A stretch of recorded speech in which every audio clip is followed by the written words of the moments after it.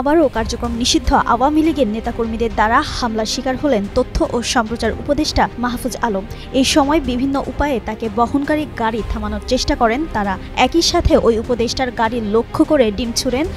এবার জয় বাংলা স্লোগান দিয়ে লন্ডনে আওয়ামী লীগ নেতাকর্মীদের গণধোলায় শিকার উপদেষ্টা মাহফুজ আলম। সম্প্রতি লন্ডনে এক জনসভায় যাচ্ছিলেন এই উপদেষ্টা। তবে লন্ডনে পৌঁছানো মাত্রই আওয়ামী লীগের নেতাকর্মীরা তার গাড়ি বহরের উপর হামলা চালায়। এক পর্যায়ে সেখানে অসহায় হয়ে পড়লে তার উপর হামলা চালিয়ে বসে আওয়ামী লীগ সংগঠন। এর কিছুক্ষণ পরে সেখানে পুলিশ এসে বিষয়টি নিয়ন্ত্রণে আনে। জানা যাচ্ছে এই হামলার ফলে বেশ কিছুটা আহত হয়েছেন উপদেষ্টা মাহফুজ আলম। আওয়ামী লীগের নেতাকর্মীরা যে শুধু বাংলাদেশেই নয়, সারা বিশ্ব জুড়ে যে এখনো সক্রিয় রয়েছে সেটি এই উপদেষ্টার উপর হামলাতে প্রমাণ করে।